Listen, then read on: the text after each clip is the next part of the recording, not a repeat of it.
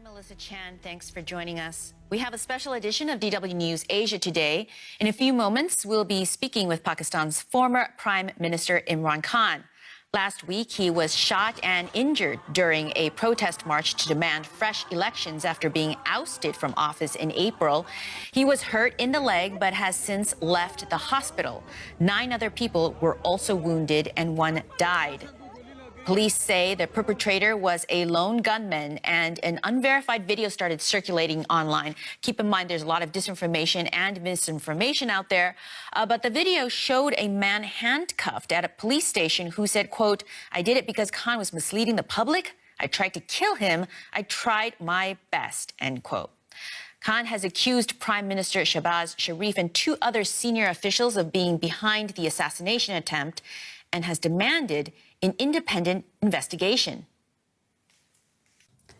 Joining us is former Prime Minister of Pakistan, Imran Khan. Thank you so much for joining DW News Asia.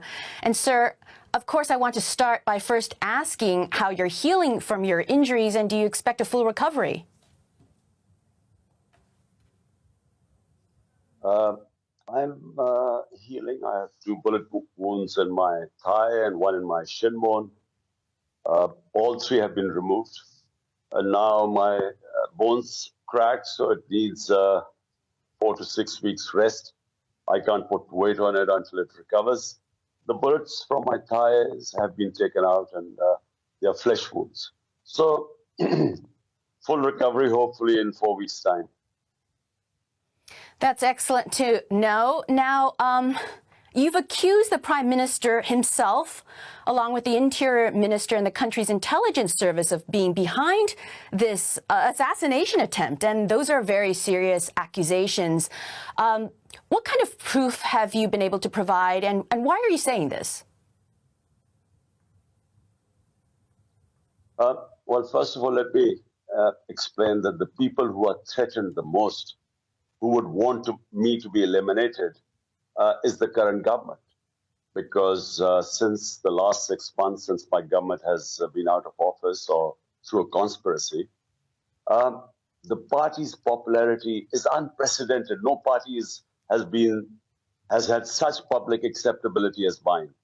So we have won out of 37 by-elections in the past 5 months. My party has won 29. So 75% of by-elections we've won. And in all opinion polls, we are sort of by far ahead. So they are threatened. They know in elections they cannot compete. And so their motive was to get me out of the way. They tried other ways. They tried to disqualify me, put terrorism cases on me, oppressing our party, journalists hounded who were trying to portray our point of view. One is the best investigative journalist, Ashid Sharif, was murdered in Kenya, hounded out of Pakistan. So this was a plan to get me out of the way. So those two, and let me tell you, the Prime Minister, the Interior Minister. But sir, very quickly, what you've provided is contextual. There are certainly people who would benefit from harming you. So, but it is a little bit like Sherlock Holmes. It's deductive. You believe there's a plot based on a pattern of what critics have said. But what is the hard evidence? Because what you've provided is circumstantial. Look, I know these 3 people were involved because I knew about the plot. The plot started 2 months back. They decided to bump me off by saying a religious fanatic had killed me. So 2 months back, they started this campaign. It was the video was made by these intelligence agency. It went on to the politicians, on the state media, where they consistently started this campaign that I offended, I committed blasphemy, and these religious sentiments were upset. So I then exposed this on the 24th of September, on the 7th of October, in a public, big rally, saying exactly this, that this is the plot, and they will have me bumped off by a religious fanatic, pretending that I'd offended, I'd committed blasphemy. Now, so you were warned about this. You were warned about this, and so you believe that as a result of being warned, then it has to be the Prime Minister and the military apparatus behind this. And so if you knew about this, I want to ask about the security, because when I look at the videos of you doing this long march, there doesn't seem to be a lot of security. Did you just ignore the warnings, or did you decide to just take extraordinary risks to your own life, but also to those who support you? Look, past 6 months, I have been in the public. I've held 60 public rallies, almost a record. And then this March. So there was always going to be risk. So many of the rally, before I was holding a rally, they would say, your life is at threat, there's a terrorist threat. This went on for 6 months. Now, I have the options. Do I stay at home and stop this injustice that has happened to Pakistan, where they've plonked the biggest crooks of this country, who've been looting the country for 30 years? They plonk on us, and we expected to sit quietly like a herd of sheep? Or were we going to stand up to the injustice? So I decided that whatever the risk, I would go out in the public. So there were always going to be a risk. But I know who was being threatened, and I know who plotted it. And that's why I want an independent investigation. Got it. Now, you're doing this march, you're resuming it. Is part of your goal here to bring down the system? Because if you're as popular as you say, and the by-election certainly suggests that, why don't you wait until the next election? Why are you trying to force this to happen now? Can't you wait until next year? You will still likely be as popular as you say next year, if that's what you believe. Melissa, it's not about me being popular and winning the elections. We will win the elections, inshallah, whenever they are held. The point is, Pakistan is going down. We are now nearing default. My worry is that by the time these criminals who've been imposed on us, by the time they go, the country might go to a point of no return. What we are seeing is our economy is tanked. All economic indicators have gone down. Exports, economic growth, agricultural growth, everything is heading down. Rupee is falling, our reserves going down. We are heading into a dark tunnel. The only way out of this are free and fair elections. Why? Because when you have free and fair elections, you will have a government for 5 years. That brings in political stability, which doesn't exist right now. And there is no political stability. So time is of essence. Stabilize. Listen, Melissa, economy can only stabilize if you have political stability, because only then the investors come in, only then people have confidence in the system.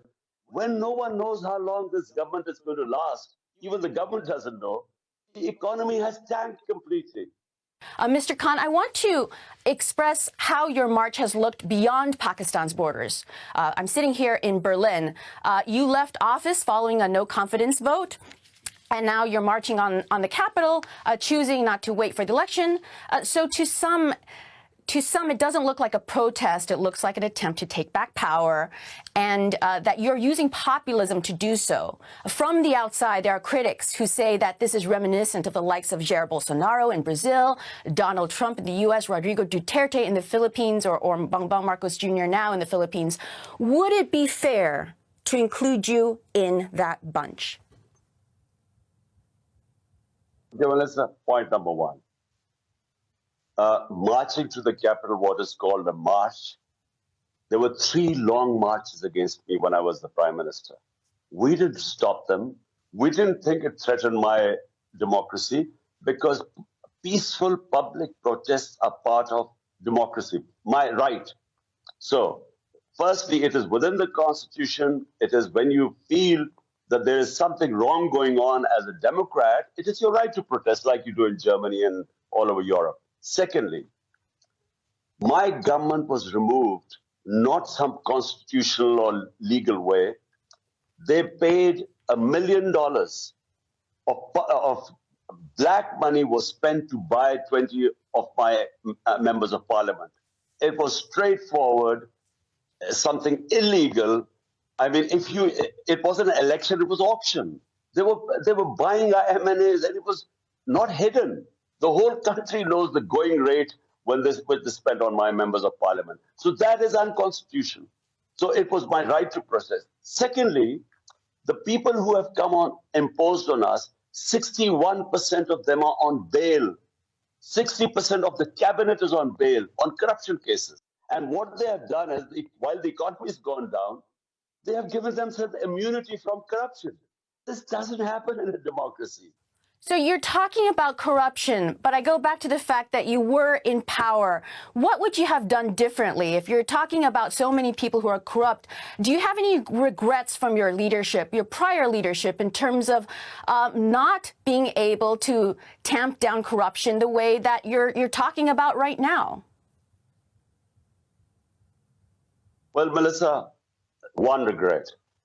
I came in with a thin majority, a coalition government, weak government. And what I could not do was impose rule of law. Corruption is a symptoms when you do not have rule of law. Rule of law means when you have powerful crooks who are above law, which is what has happened now.